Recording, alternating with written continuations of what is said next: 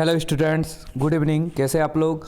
आज हम आपका साइंस का मोस्ट इम्पॉर्टेंट सब्जेक्टिव क्वेश्चन लेके आए हैं, क्योंकि हम top 300 most important objective question करा दिए हैं। अगर आप लोग उसको देख लीजिएगा तो क्या होगा आपका जानते हैं, कम से कम 30 में 25 प्लस क्वेश्चन आपका एग्जाम में एकदम बिल्कुल मिल जाएगा। तो उसी तरह हम 4-5 सेट सब्जेक्टिव पढ़ा देते हैं, उससे आपको मार्क्स आ जाएगा। क्योंकि आपको पता होगा कि जो क्लास 10 है उसमें सबसे हार्ड जो मॉडल पेपर है वो साइंस का ही है। इससे पता चलता है कि साइंस का क्वेश्चन हार्ड पूछा जाएगा। इसलिए आप लोग क्वेश्चन बैंक 4-5 साल का और मॉडल सेट इस साल का 2026 का और पिछले 2-3 साल का कर लें, समझ गए, ताकि मैक्सिमम क्वेश्चन आपका एग्जाम में यहीं से रहे। तो समझ गए आप लोग। वीडियो पहले इसको पूरा देख लीजिए, उसके बाद साइंस का टॉप 100 करके 3 क्वेश्चन बनाए हैं, 3 वीडियो, टॉप 100 100 100 300 क्वेश्चन आपका हो जाएगा। चलिए वीडियो को आप लोग ध्यान से देखिए और समझने का प्रयास करिए। पहला क्वेश्चन, विभवांतर का एसआई मात्रक क्या है? विभवांतर की माप किस यंत्र से किया जाता है? तो 2 क्वेश्चन है इसमें। विभवांतर का एसआई मात्रक क्या है? तो विभवांतर का एसआई मात्रक वोल्ट है, जिसको भी से सूचित करते हैं। और विभवांतर की माप किस यंत्र से करते हैं? तो विभवांतर को वोल्ट मीटर से मापा जाता है। विभवांतर को किस यंत्र से मापा जाता है? वोल्ट मीटर से। और इसे समांतर या पार्श्व क्रम में संयोजित किया जाता है। अब विभवांतर है क्या? तो दो बिंदुओं के बीच जो विभव मापने का काम करे उसी को बोलते हैं विभव मापी। विभवांतर होता है आवेश को एक बिंदु से दूसरे बिंदु तक जो ले जाने में जो कार्य किया जाता है उसे बोलते हैं विभवांतर। चलिए आगे देखते हैं। लघुपथन और विद्युत धारा को ए मीटर से मापते हैं और उसे श्रेणी क्रम में जोड़ा जाता है। चलिए अगला क्वेश्चन, लघुपथन या अतिभारण के कारण परिपथ की रक्षा के लिए सबसे महत्वपूर्ण सुरक्षा युक्ति क्या है? देखिए, लघुपथन माने जो होता है शॉर्ट सर्किट, अतिभारण मतलब होता है ओवरलोड। तो विद्युत धारा उपकरण से गुजरते हुए छोटा रास्ता अपनाती है, इसलिए इसे शॉर्ट सर्किट कहते हैं। इसमें होने वाली क्षति से बचने के लिए परिपथ में फ्यूज का प्रयोग अवश्य करना चाहिए। प्रत्येक परिपथ में उपकरण को विद्युन्मय एवं उदासीन तारों के बीच जोड़ा जाता है। प्रत्येक उपकरण को संचालित करने के लिए एक स्विच लगा होता है। स्विच हमेशा विद्युन्मय तार से जोड़ा जाता है, माने गर्म ठंडा तार जो है वही बताया गया है। चलिए अगला क्वेश्चन देखिए। एक धातु एवं एक अधातु का उदाहरण जो द्रव अवस्था में पाया जाता है। तो धातु जो है मरकरी है, पारा जो द्रव अवस्था में पाया जाता है, 4 अक्षर है जिसको मरकरी या Hg बोलते हैं। और अधातु जो द्रव अवस्था में पाया जाता है उसका नाम है ब्रोमीन। अधातु बड़ा, ब्रोमीन भी बड़ा। देखिए अगला क्वेश्चन, एल्केन का समान सूत्र। एल्केन का समान सूत्र है CnH2n+2। पहले एल्केन आता है ANE, फिर एल्कीन आता है, फिर एल्काइन आता है। तो 3 कार्बन परमाणु वाला एल्केन क्या होगा? n बराबर 3 जब इसमें लेंगे तो C3H 2 × 6 = 8, डबल से 2 अधिक। इसको प्रोपेन बोला जाता है। क्या बोला जाता है? प्रोपेन। सिंगल बॉन्ड है इसमें। देखिए यहाँ पे वही सब लिखा है। क्या था ऊपर में? एल्केन का सूत्र पूछा था CnH2n+2 और 3 कार्बन परमाणु माने n बराबर 3 जब लेंगे तो क्या बनेगा, समझ गए? तो वीडियो को आप लोग ध्यान से देखिए, मैथ वाला भी देखिए। 7 बजे कल अपलोड हुआ है और लाइव में भी आप लोग डेली जुड़िए, 6 बजे लाइव क्लास होता है।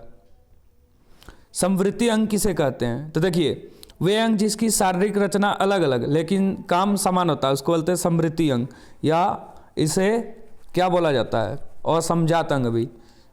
इसका उदाहरण है कीड़ा और पक्षी के पंख, दोनों काम है उड़ना लेकिन बनावट अलग अलग। शकरकंद और आलू दोनों का पौधा, दोनों का काम है खाद्य भंडार, लेकिन इसका मूल अलग अलग है। अगला क्वेश्चन देखिए थोड़ा, एक जैव निम्नीकरण एवं एक अजैव निम्नीकरण पदार्थ का उदाहरण दे। तो ये जैव निम्नीकरण क्या होगा? वैसे पदार्थ जो जैविक प्रक्रम द्वारा घटित होते हैं, माने सड़ गल के मिट्टी में मिल जाता है, उसको बोलते हैं जैव निम्नीकरण पदार्थ, जैसे फल, फूल का छिलका, सब्जी, ये सब। और अजैव निम्नीकरण पदार्थ जो जैविक प्रक्रम द्वारा घटित नहीं होते, माने सड़ गल के मिट्टी में नहीं मिलता है, जैसे प्लास्टिक, कांच, फाइबर, ये सब। तो ये सब याद रखना आप लोग को, कौन सड़ता गलता है कौन नहीं। पर्यावरण क्या है? हमारे आसपास का क्षेत्र या आवरण को क्या कहते हैं? पर्यावरण। पर्यावरण में जीव जंतु, पेड़ पौधे, सूक्ष्म जीव, जैविक घटक और अजैविक घटक, हवा, पानी, मिट्टी, सूर्य का प्रकाश, ये सब जो है परस्पर एक दूसरे से मिश्रित होता है। देखिए ये बनाने वाला क्वेश्चन है। 2 ओम, 3 ओम, 6 ओम के 3 प्रतिरोधों को किस प्रकार जोड़ेंगे कि 11 ओम। पहले लिखेंगे श्रेणी क्रम में जोड़ने पर, तो आर एस बराबर R1 जोड़ R2 जोड़ R3 सबको जोड़ेंगे 11 ओम आ गया। अब समांतर क्रम में जोड़ेंगे तो 1/RP बराबर 1/R1 1/R2 1/R3, तीनों के लसागु 6। देखिए 1/RP बराबर 6/6 आएगा, तो RP बराबर 1/1 माने 1 ओम। वैसे उल्टा होता है, जैसे 1/RP बराबर 3/2 आया, तो RP बराबर 2/3 ओम आएगा। आप लोग इसको समझिए ध्यान से। चुंबकीय क्षेत्र रेखाओं के किन्हीं 3 गुण। तो चुंबकीय क्षेत्र रेखाएं क्या है? चुंबक के उत्तरी ध्रुव से शुरू होती है और दक्षिणी ध्रुव पे समाप्त होती है, पहला गुण। दूसरा, चुंबकीय क्षेत्र रेखाएं बंद वक्र होती है, माने बंद वक्र का निर्माण करती है। जहाँ पे चुंबकीय क्षेत्र एक दूसरे से निकट होती है वहाँ चुंबकीय क्षेत्र अधिक प्रबल होता है। चुंबकीय क्षेत्र रेखाएं कभी एक दूसरे को प्रतिच्छेद नहीं करती, ये सब लिख सकते हैं आप लोग, समझ गए? बहुत इंपॉर्टेंट है। चुंबकीय क्षेत्र होता क्या है? किसी चुंबक के चारों ओर का वह क्षेत्र जहाँ पे उसके चुंबकीय स्वभाव का अध्ययन किया जाए, समझ गए? उभय धर्मी ऑक्साइड क्या है? देखिए, ऐसी धात्विक ऑक्साइड जिसकी प्रकृति अम्लीय तथा क्षारीय दोनों हो उसको बोलते हैं उभयधर्मी ऑक्साइड, जैसे एल्युमिनियम ऑक्साइड और जिंक ऑक्साइड। आणविक सूत्र लिखना है, जैसे मेथेनॉल, मेथेनॉल, मेथेनॉल, पहले इसका स्पेलिंग लिखिए METHANOL, तो इसका सूत्र होगा CH3OH।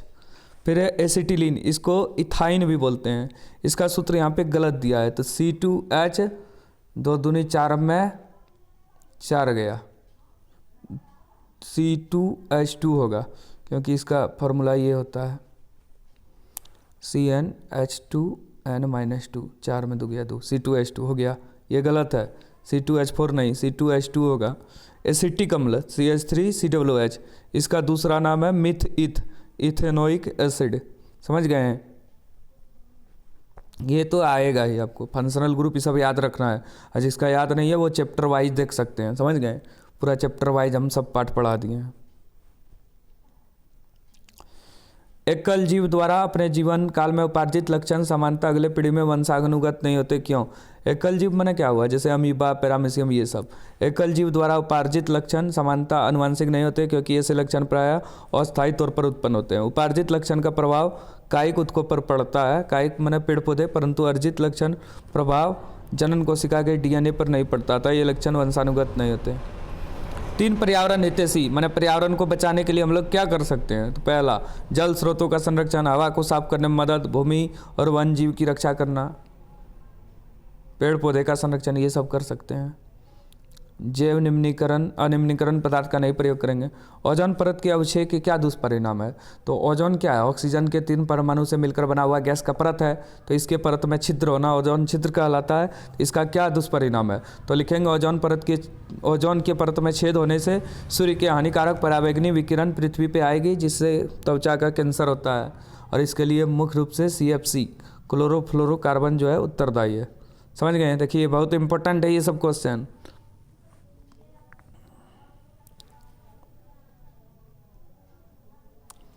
अब देखिए क्या है, ओम का नियम लिखिए और इसका सत्यापन कीजिए, बहुत बार ये एग्जाम में आया, आप लोग देख सकते हैं। तो नियत ताप पर किसी चालक के सिरों के मध्य आरोपित विभवांतर उसमें प्रवाहित होने वाले विद्युत धारा के समानुपाती होता है, यही है ओम का नियम। अब V बराबर IR, समानुपाती हटेगा तो आएगा R। V वैसे V बराबर RI होता है, इसको सीधा करके V बराबर IR लिखेंगे। V माने विभवांतर, I माने विद्युत धारा, R माने प्रतिरोध, तो R बराबर V/I, यही है ओम का नियम। सत्यापन भी आप लोग इसका कर सकते हैं।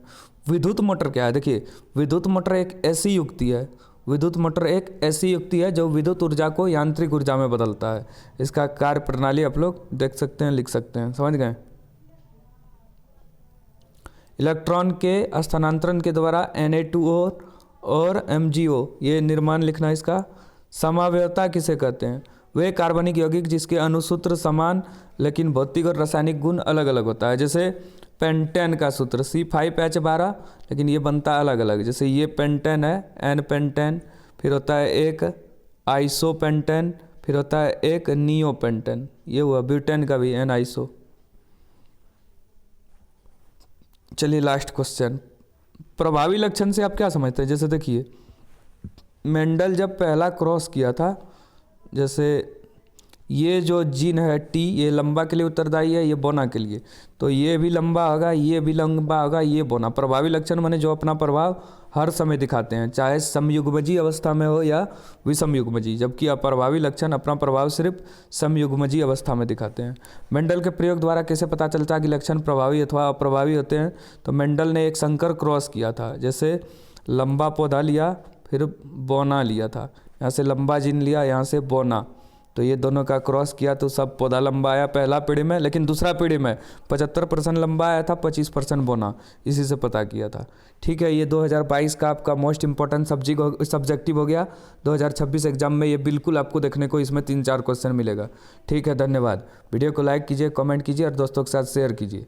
अब मैथ वाला आप लोग प्लेलिस्ट में जाके देख सकते हैं, समझ गए? ठीक है, धन्यवाद। और टॉप 300 भी आप लोग देख लीजिए जो कि हम साइंस का बनाए हैं, समझ गए आप लोग? विद्युत मोटर और ओम का नियम भी।